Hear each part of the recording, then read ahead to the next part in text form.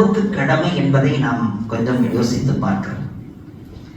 அல்லாஹ்வின் மீது நாம் பாசம் கொள்கிறோமே, खुद गर्जी के लिए நபிகள் நாயகம் ஸல்லல்லாஹு அலைஹி வஸல்லம் அவர்கள் மீது அன்பு கொள்கிறோமே, खुद गर्जी के लिए நம்முடைய சுய லாபம், அதற்காக அல்லாஹ்வை நாம் நேசிக்கிறோம். அல்லாஹ்வை நேசித்தால் நமக்கு அல்லாஹ் சொத்து சுகம் தருவான், ஆரோக்கியம் தருவான், நிம்மதி தருவான், உணவு தருவான், உடை தருவான், தங்க இடம் தருவான், மதிப்பு மரியாதை தருவான், கண்ணியம் தருவான், கௌரவம் தருவான்.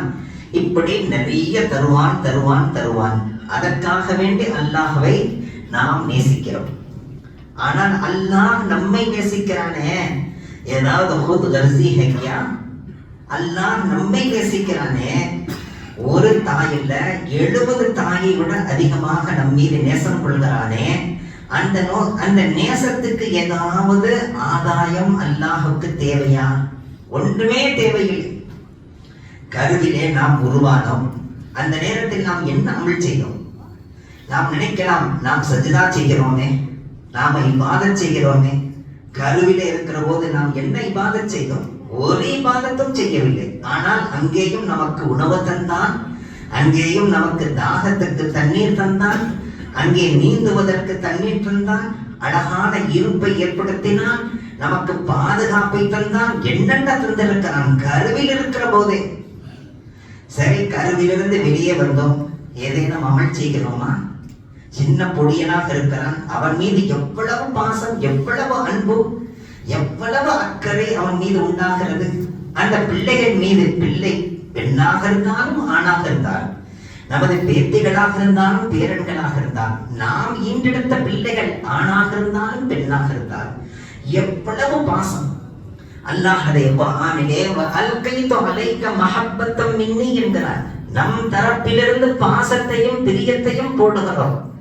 அந்த பாசமும் பிரியமும் தான் நமது தாய் தந்தையர்கள் நமக்கு அசுத்தத்தை கழுகி விடுகிறார்கள். கொஞ்சம் கூட அதை பற்றிய சின்ன எண்ணம் கூட கல்வி இல்லாமல் அவ்வளவு பாசமும்.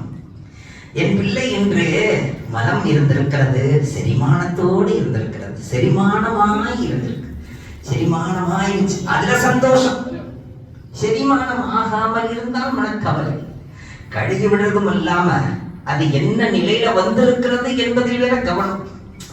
செரிமானமாகி வந்திருக்கு, செரிமானம் ஆகாம வந்திருக்கு பிள்ளைக்கு, செரிமானம் ஆகல, கவலை. எவ்வளவு பாசம். அவன் பாட்டு உட்கார்ந்து ஷூவை போட்டு விடுறது, சாக்ஸை போட்டு விடுறது, ட்ரெஸ் போட்டு விடுறது, பெரண்டை மாட்டி விடுறது, எவ்வளவு பிரியம். இவ்வளவும் அல்லாஹ் செய்கிறானே. அந்த பாசத்தை தாயிடத்தில் கொட்டுகிறான். தன்னுடைய பாசத்தை தாயின் மூலமாக அந்த குழந்தைக்கு பாசத்தை செலுத்துகிறான். அதற்கு பிறகு அவன் தொழுகிறான், வணங்குகிறான் என்பதற்காக அல்லாஹ் ரிஸ்க் தந்து கொண்டிருக்கிறானா? நாம் இப்பொழுது தொழுதோம், வணங்கினோம், இபாதத் செய்தோம். அதற்காக அல்லாஹ் நமக்கு ரிஸ்கை தந்து, நமக்கு உடையை தந்து, உலகத்தில் உள்ள சுகங்களை தந்திருக்கிறானா? இல்லை இல்லை. இனி கொஞ்சம் காலம் கடந்து விட்டால் மூட்டு வலி வந்துவிடும், கை கால் வலி வந்துவிடும், எழுந்திருக்க முடியாது, எதை சாப்பிட்டாலும் செரிமானமாகாது. அப்படி ஒரு பருவம் வருகிற நேரத்தில் நாம் என்ன இபாதத் செய்ய போகிறோம்? அப்பொழுது அல்லாஹ் சொல்லுவான், நீ வாலிபத்தில் தொழுதாய் அல்லவா, இப்பொழுதும் தொழுததாக எழுதுகிறேன். நீ வாலிபத்தில் என்னை நினைத்து பார்த்தாய் அல்லவா, இப்பொழுதும் என்னது நினைவில் இருப்பதாக நான் எழுதுகிறேன். வாலிபத்தில் நீ அழுதிருப்பாய் அல்லவா, இப்பொழுது வயோதிகம் அல்லவா, நீ இபாதத் செய்ததாக நான் எழுதுகிறேன். அது மட்டுமல்ல, உனது வீட்டார்களிடத்திலே, வெளி உலகத்திலே, உன்னை அண்டி இருப்பவர்களிடத்திலே, அக்கம் பக்கத்தில் உள்ளவர்களிடத்திலே உன்னை பற்றிய மதிப்பு மரியாதையை போட்டு, வயோதிகமாக இருக்கிறார், அவரை கவனித்துக் கொள்ளுங்கள் என்கிற எண்ணத்தை நான் உண்டாக்குவேன் என்கிறார். இவ்வளவும் அல்லாஹ் நமக்கு செய்கிறானே, ஏதாவது நம்மிடத்தில் எதிர்பார்த்தா? இல்லை இல்லை. எந்த எதிர்பார்ப்பும் அல்லாஹுக்கு கிடையாது. எதிர்பார்ப்பு தேவையும் இல்லை அல்லாஹுக்கு. அப்படி எதிர்பார்ப்பவனாக இருந்தால் அவன் அல்லாஹ்வாக இருக்க முடியாது.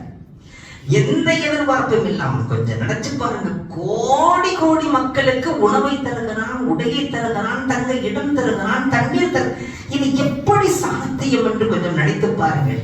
மனிதனுக்கு இதிலே எந்த பங்கும் இல்லை. முழுக்க முழுக்க அது அல்லாஹுக்குரியது என்பதற்கு இதை தவிர வேறு எந்த ஆதாரமும் தேவை. கொஞ்சம் நினைச்சு பாருங்க. ஒரு நிக்காஹ் ஒன்று வைத்தா எத்தனை பேர் வருகிறார்கள், எத்தனை பேர் போவார்கள், எத்தனை சாப்பிடுவார்கள். நாஸ்டாக்கு எத்தனை பேர், மதியம் எத்தனை பேர், இரவு எத்தனை பேர், எவ்வளவு தண்ணி வாங்கலாம், எவ்வளவு சாப்பாடாக்கலாம், மண்ட மூளை குழம்பி போறோம். அதற்கு பிறகும் கூட ஒரு யூகமாக இவ்வளவு தயாரிக்கலாம் என்று தயாரித்த பிறகு நிக்காஹ்லே அபரிமிதமான கூட்டம் வந்தால் பைத்தியமாகி போகிறாங்க. நான் நினைச்சது என்ன, வந்திருக்கிற கூட்டத்தை பார்த்தா ஆக்கின சாப்பாடு பத்தாது போல் தெரியுதே, நான் என்ன செய்வேன் ரப்பே. ஏங்க ஒருவேளை உணவு தர்றதுக்கு என்ன பாடு மனுஷன், ஆனால் வாழ்நாள் முழுக்க தந்து கொண்டிருக்கிறானே, எந்த டென்ஷனும் இல்லாமல், எந்த டென்ஷனும் இல்லை. தண்ணீர் பாட்டுக்கு கிடைச்சுக்கிட்டு இருக்கு, ட்ரெஸ் பாட்டு கிடைச்சுக்கிட்டு இருக்கு. இந்த ட்ரெஸ்ஸுகளை எல்லாம் நினைச்சு பாருங்க, இத்தனை பேருக்கு எத்தனை வகை வகையான ட்ரெஸ், எத்தனை வகை வகையான உணவு. அல்லாஹ் அக்பர். அவனது ஞாபகத்தை நினைத்து பார்க்கணும். அந்த ஞாபகங்களுக்கு முன்னால் அவன் நம்மிடத்தில் எதையுமே எதிர்பார்க்கவில்லை.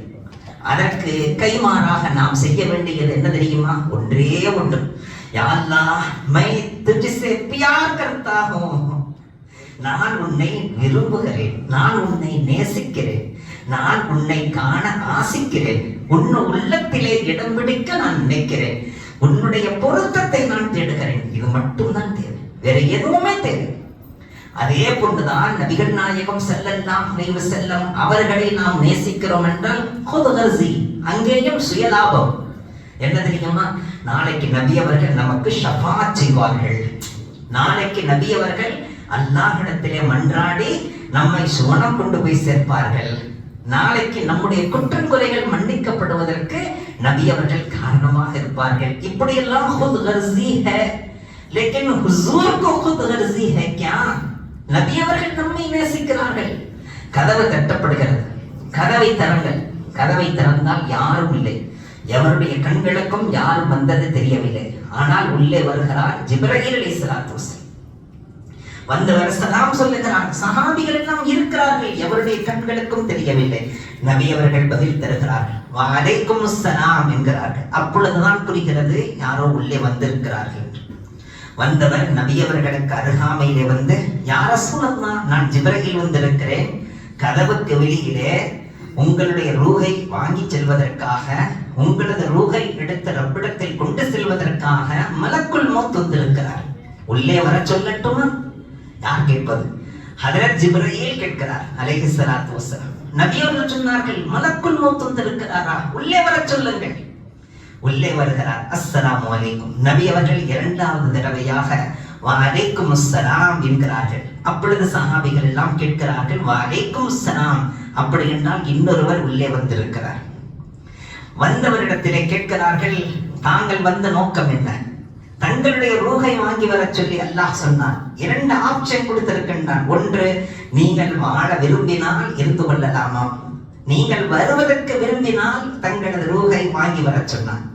தங்களிடத்தில் என்ன யோசனையோ அதுதான் முடிவு என்று அல்லாஹ் என்னை அனுப்பி இருக்கிறான். இதையும் கேளுங்கள் நபியே நாயகமே, இது நாள் வரையிலும் எனது வாழ்நாளிலே கதவுக்கு வெளியில் இருந்து அனுமதி கேட்டு வந்த ஒரே இடம் இங்கேதான். எனது வாழ்நாளிலேயே உங்களது ரூஹை நான் எடுத்து செல்லட்டுமா, இல்லை நீங்கள் இருக்கிறீர்களா என்று ஆப்ஷன் கொடுத்ததும் உங்களுக்கு மட்டும்தான், வேறு யாருக்கும் இதுவரையிலும் தந்ததில்லை. யா ரசூலல்லாஹ், நீங்கள் சொல்லுங்கள். உடனே நபிகள் நாயகம் ஸல்லல்லாஹு அலைஹி வஸல்லம் அவர்கள் ஜிப்ரீலை பார்த்தார்கள். பார்த்து கேட்டார்கள், இரண்டிலே நான் எதை தேர்ந்தெடுக்க? உடனே ஜிப்ரீல் அலைஹிஸ்ஸலாத்து வஸலாம் சொன்னார்கள், அல்லாஹ் உங்களை சந்திக்க ஆசிக்கிறான் அப்படின்னால் என்ன அர்த்தம்? அதை தேர்ந்தெடுங்கள். உடனே நபியர்கள் சொன்னார்கள், நானும் அல்லாஹ்வை சந்திக்க ஆசிக்கிறேன், எனது ரூஹை நீங்கள் எடுத்துச் செல்லலாம், உங்களுடைய பொறுப்பு அதுதான் என்கிற போது அதை நீங்கள் செய்யத்தானே வேணும். ஆனால் இந்த ரூஹ் பிரிவதற்கு முன்பாகவே எனக்கு ரொம்ப கஷ்டமாக இருக்கிறது, எனது உடலெல்லாம் கொதிக்கிறது, ஒரு துணியை எடுத்து நெற்றியில போட்டால் காய்ந்து விடுகிறது, தண்ணீரிலே எனது கரத்தை முக்கி என் முகத்தில் தேய்த்தால் உடனே உலர்ந்து விடுகிறது. மலக்குல் மௌத் அவர்களே, நான் தாங்கிக் கொள்கிறேன் என்றால் அல்லாஹ் எனக்கு தனிப்பட்ட சக்தி தந்திருக்கிறான். ஆனால் என் உம்மத்து தாங்குமா? என் உம்மத்தின் மீது கொஞ்சம் இரக்கம் காட்டுங்கள். என் உம்மத்தின் மீது இரக்கம் காட்டுவீர்களா? எனது உம்மத்தினுடைய ரூஹை வாங்கும் போது கொஞ்சம் கருணை காட்டுவீர்களா? யாரிடத்தில் கேட்கிறார்? நம்மிடத்தில் ஏதேனும் எதிர்பார்த்து நபி அவர்கள் சொன்னதா இது? உடனே மலக்குல் மௌத் அவர்கள் சொன்னார்கள், நீங்கள் பயப்பட வேண்டாம் நபியே நாயகமே, உங்களது உம்மத்திடத்தில் ரூஹை வாங்கும் விதமே வேறு, நான் மற்றவர்களிடத்தில் ரூஹை வாங்கும் விதமே வேறு. உங்களை ஏற்றுக்கொண்டவர்கள் ஏற்காதவர்கள், உங்களிடத்தில் நேசம் கொண்டவர்கள் நேசம் கொள்ளாதவர்கள், உங்களை விமர்சனம் செய்தவர்கள் உங்களை ஆதரித்தவர்கள் என்று பலமாறாக நான் பிரித்து வைத்திருக்கிறேன். உங்கள் மீது பாசம் கொண்டவர்கள் நேசம் கொண்டவர்கள், உங்களுக்காகவே ஹயாத்தை தந்தவர்கள், தன்னையே இழந்தவர்கள் உங்களுக்காக, அவர்களது ரூஹை நான் வாங்கும் போது வெண்ணையில் இருக்கிற ஒரு முடியை எடுப்பதை போன்று நான் எடுப்பேன். ஆனால் உங்களுக்கு தொந்தரவு கொடுத்தவன், உங்களை விமர்சனம் செய்தவன், உங்களுக்கு எதிராக செயல்பட்டவன், நீங்கள் கொண்டு வந்த வஹதானியத்தை கொண்டு போய் சேர்ப்பதற்கு தடையாக இருந்தவன், அவர்களது ரூஹை வாங்கும் போது நான் ஒரு விரல் கொண்டு வாங்க மாட்டேன், 5 விரலால் அடித்து வாங்குவேன். 5 விரல்களை கொண்டு ஒரு அடித்து பிடுங்குவேன் என்று சொன்னார்கள் மலக்குல் மௌத். உடனே நபிகள் நாயகம் ஸல்லல்லாஹு அலைஹி வஸல்லம் ஜிப்ரீலை பார்த்து சொன்னார்கள், ஜிப்ரீலே, நீங்கள் ரப்பிடத்திலே சென்று எனக்காக ஒரு கேள்வி ஒன்று கேட்டு வருவீர்களா? எனது சந்தேகத்தை தீர்த்தீர்களா? என்ன சொல்லுங்கள் யா ரசூலல்லாஹ். இல்லை, எனது மரணத்துக்கு பிறகு என்னுடைய உம்மத்தின் நிலை என்ன, அதை கேட்டு வாருங்கள். உடனே ஹஜ்ரத் ஜிப்ரீல் அலைஹிஸ்ஸலாத்து வஸ்ஸலாம் ஒரு நொடியிலே மேலே சென்று திரும்பினார்கள். ஒரு நொடிதான். உடனே அல்லாஹ் சொல்லி அனுப்பினான், சொல்லுங்கள் என்னுடைய ஹபீபிடத்திலே அவர்களது இறப்புக்கு பிறகு அவர்களது உம்மத்தை நான் கேவலப்படுத்த மாட்டேன் என்று சொல்லுங்கள், அவர்களது உம்மத்தை நான் தனிமையில் ஆக்க மாட்டேன் என்று சொல்லுங்கள், நான் அரவணைத்துக் கொள்ளுவேன் என்று சொல்லுங்கள், நான் ஆதரித்துக் கொள்ளுவேன் என்று சொல்லுங்கள், நிம்மதியாக இடத்தில் வர சொல்லுங்கள். உடனே அல்ஹம்துலில்லாஹ், இப்பொழுது நான் தயாராக இருக்கிறேன், எனது ரூஹை எடுத்துச் செல்லுங்கள் என்று ஹஜரத் நபிகள் நாயகம் ஸல்லல்லாஹு அலைஹி வஸல்லம் சொன்னபோது பக்கத்திலே ஜிப்ரீல் இருந்தார் அலைஹிஸ்ஸலாத்து வஸ்ஸலாம். சொன்னார்கள், யா ரசூலல்லாஹ், இதுதான் என்னுடைய கடைசி விசிட். இதற்கு மேல் நானும் இந்த பூமிக்கு வஹியை கொண்டு வர வேண்டிய வேலை எனக்கு கிடையாது. எனவே நானும் இனிமேல் வஹியை யாருக்கும் கொண்டு வர வேண்டிய தேவையில்லை, உங்களோடு முடிந்தது. எனவே இனி நானும் வரமாட்டேன் என்று சொன்னார்கள் ஹஜ்ரத் ஜிப்ரீல் அலைஹிஸ்ஸலாத்து வஸ்ஸலாம். அப்படிப்பட்ட பொறுப்புகள் முடிந்துவிட்டது என்பதை வைத்து தான் இனிமேல் நான் வரமாட்டேன் என்றார்கள். ஆனால் ஒவ்வொரு வருடமும் லைலத்துல் கத்ர் இரவிலே அல்லாஹ் அனுப்பி வைக்கிறான், வந்து செல்கிறார்கள். ஆனால் வஹியை கொண்டு வருகின்ற வேலை எனக்கு முடிந்து விட்டது என்று சொன்னார்கள் ஹஜ்ரத் ஜிப்ரீல் அலைஹிஸ்ஸலாத்து வஸ்ஸலாம். நினைத்து பார்க்கணும், அல்லாஹ் நம் மீது வைத்திருக்கிற பிரியமும் எந்த வகையான நம்மிடத்தில் தேடுதலோடு உள்ள பிரியம் அல்ல. நபி அவர்கள் நம் மீது வைத்திருக்கிற பிரியமும் நம்மிடத்தில் எதையும் ஆதாயத்தை தேடி வைத்த பிரியம் அல்ல. அப்படி இருக்கும் போது நாம் அல்லாஹ்வின் மீது எவ்வளவு நேசம் கொள்ள வேண்டும், நாம் ரசூலின் மீது எவ்வளவு நேசமாக இருக்க வேண்டும். என்ன நேசமாக இருப்பது, எப்படி நேசமாக இருப்பது? அல்லாஹ்வின் மீது நேசமாக இருத்தல் என்றால் என்ன தெரியுமா? அவன் எதை தடுத்தானோ விட்டு விடுவது, அவன் எதை ஏவினானோ செய்து விடுவது, அவன் எதை கொடுக்க சொன்னானோ கொடுத்து விடுவது, அவன் எதை தடுக்க சொன்னானோ தடுத்து விடுவது. கடைசியாக ரப்பிடத்தில் சொல்வது, ரப்பே, நீ என்ன என் விஷயத்தில் நாடி இருக்கிறாயோ, நீ என் விஷயத்தில் என்ன செய்ய நினைக்கிறாயோ, எதை தர நினைக்கிறாயோ, அனைத்து விதிகளையும் நான் கபூல் செய்கிறேன் என்று சொல்வது அல்லாஹ்வின் மீது நாம் நேசம் கொண்டிருக்கிறோம் என்பதின் முழு அடையாளம். அல்லாஹ்வுடைய விதியை ஒருவன் ஏற்கவில்லை என்றால் அல்லாஹ்வை நிராகரிக்கிறான் என்று அர்த்தம். அதே போன்றுதான் நபிகள் நாயகம் ஸல்லல்லாஹு அலைஹி வஸல்லம் அவர்கள் மீது பிரியம் என்றால் என்ன? மை हुजूर से मोहब्बत करता हूं, मैं हुजूर से मोहब्बत क्या मोहब्बत करते हैं, सर से लेकर पांव तक, உன்னுடைய தலையிலிருந்து கால் வரை நடை, உடை, பாவனை, பேச்சு, உணவு, உறக்கம் அனைத்தும் நபியவர்களின் அழகான நடைமுறையில் வந்தால் நபியவர்களை நேசித்ததாக அர்த்தம். அல்லாஹ் அந்த அழகான வாழ்க்கையை நம் அனைவருக்கும் தந்தருள்வானாக.